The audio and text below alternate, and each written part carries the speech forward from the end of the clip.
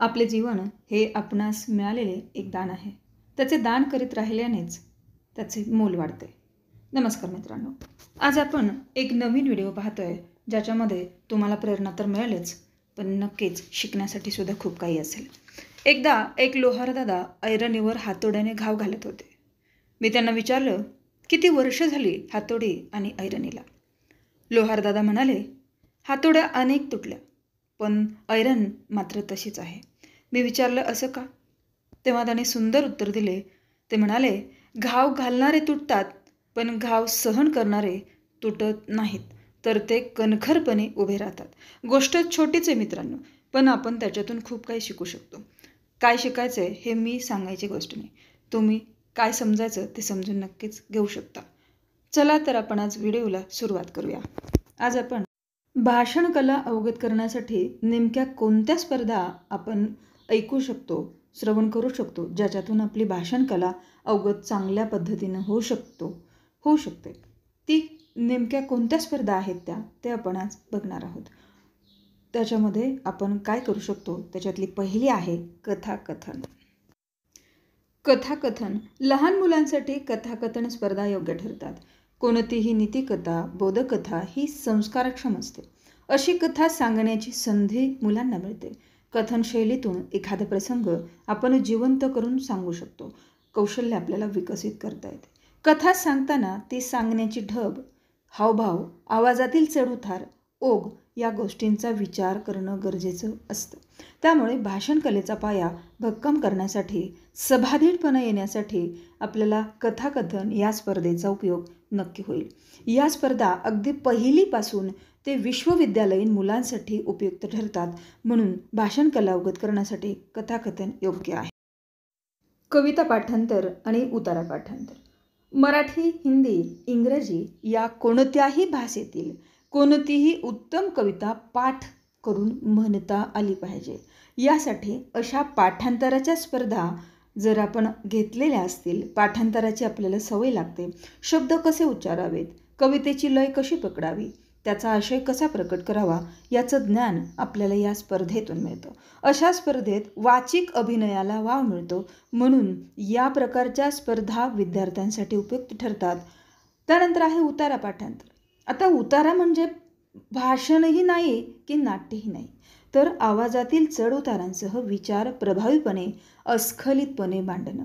लेखकाला नेमकं काय सांगायचं आहे हे विद्यार्थ्याला समजलं तर ते तो श्रोत्यांपर्यंत प्रभावीपणे पोहोचवू शकतो. याची प्रचिती या स्पर्धा प्रकारातून येते. उतारा म्हणजे नाटकातील स्वगत नाही.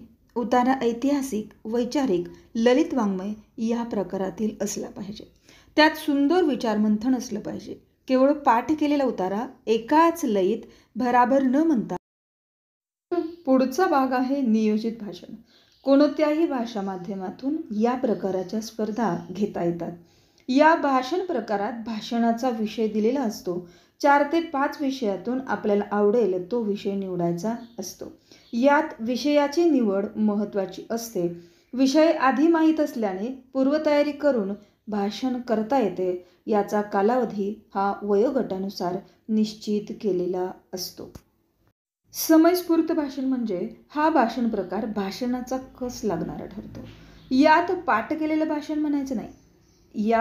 त्यामुळे आपले काय पोपटपंची वगैरे होत नाही.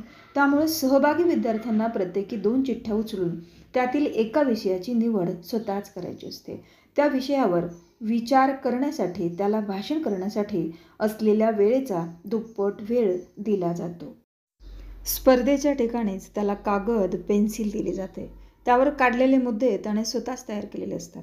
त्यामुळे त्याने मांडलेले विचार हे त्याचे स्वतःचे असतात. वेळेवर जे जे स्फुरेल, जे जे आठवेल त्याचा वापर या स्पर्धेच्या वेळी केला जातो. वेळेचा विषय असंही त्याला म्हटलं जातं. या स्पर्धेमध्ये यशस्वी होण्यासाठी विषयाची निवड योग्य करा. नेमके विचार मोजक्या शब्दात मांडा. विषयाची मांडणी आकर्षक करा. भाषाशैली ओघवती, रसाळ व सहज सुंदर करा. स्पष्ट शब्दोच्चार, सुयोग्य विरामचिन्हांचा वापर करा. आवाजातील चढउतार आवश्यक असतात. व्यवहारातील पटतील अशी उदाहरणं देऊन मुद्दे स्पष्ट करा. आवेश हवा पण अभिनिवेश नको.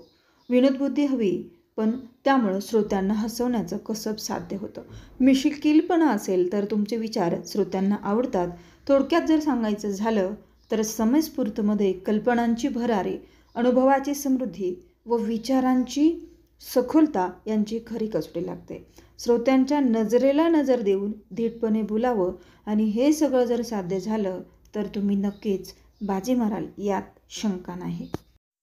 त्यानंतर आहे वादविवाद स्पर्धा. नियोजित विषयाची पुढची पायरी म्हणजेच वादविवाद स्पर्धा. आपली बाजू समर्थपणे ठासून मांडता येणं ही सुद्धा एक कला आहे. एकच विषयाच्या दोन बाजू मांडायच्या असतात, एक सकारात्मक आणि दुसरी नकारात्मक. एकानं मांडलेली बाजू दुसऱ्यानं खोडून काढायची असते. आपल्या मताशी वक्ता ठाम असला पाहिजे. पहिल्याचे विचार दुसऱ्याने खोडून काढून स्वतःचे विचार मांडायचे असतात. परंतु हे विचार मांडण्यापूर्वी त्याचा नीट अभ्यास करायला हवा. आपले विचार दुसऱ्यांना पटले पाहिजेत. एकच विषय दोन बाजूंनी विचार करून मांडायचा असतो. एक बाजू मांडून त्याचे समर्थन करण्यासाठी योग्य दाखले, योग्य उदाहरणे द्यावीत. दुसरी बाजू मांडून त्याचं खंडन करावं. आपल्या बाजूचे विचार मांडणं याला मंडन म्हणतात. त्यासाठी स्पष्ट वक्तेपणा हवा. खंडन आणि मंडन झाल्यावर शेवटी निष्कर्ष किंवा निर्णय द्यावा. यात मत मांडता येते, पण खंडन करणे ही सुद्धा एक कला आहे. काळात उमेदवारांसाठी ही कला आवश्यक ठरते. परिसंवादातही हेच तंत्र वापरलेलं असतं.